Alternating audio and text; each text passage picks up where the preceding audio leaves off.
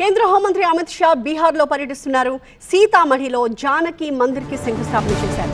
పునోరాధాంలో కొత్త ఆలయ నిర్మాణం జరుగుతోంది. ఈ ఆలయ నిర్మాణానికి 890 కోట్ల రూపాయలు ఖర్చు చేస్తూ ఉన్నారు.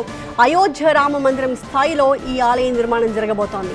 2028 నాటికి సీతామఢి ఆలయం నిర్మాణం పూర్తయిపోతుంది. బీహార్ అసెంబ్లీ ఎన్నికల వేళ రాష్ట్రంలో సుడిగాలి పర్యటన చేశారు కేంద్ర హోంమంత్రి అమిత్ షా. సీతామఢిలో జానకి మందిర్కి శంకుస్థాపన చేశారు. సీతామఢిలోని పునోరాధాంలో కొత్త ఆలయ నిర్మాణానికి కూడా శంకుస్థాపన చేశారు.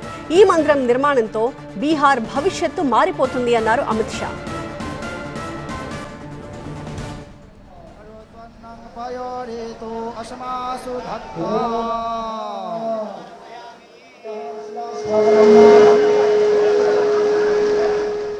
సీతామఢిలో 890 కోట్ల రూపాయలతో జానకి మందిర్ నిర్మాణం జరుగుతుంది అని అమిత్ షా ప్రకటించారు. 2028 నాటికి ఆలయ నిర్మాణం పూర్తవుతుందని చెప్పారు.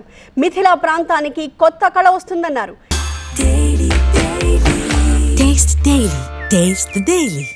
అయోధ్య రామ మందిరం స్థాయిలో జానకి మందిర్ నిర్మాణం జరుగుతుందని చెప్పారు ఆయన. ఈ కార్యక్రమానికి బీహార్ సీఎం నితీష్ కుమార్, కేంద్ర మంత్రి గిరిరాజ్ సింగ్ తదితరులు హాజరయ్యారు.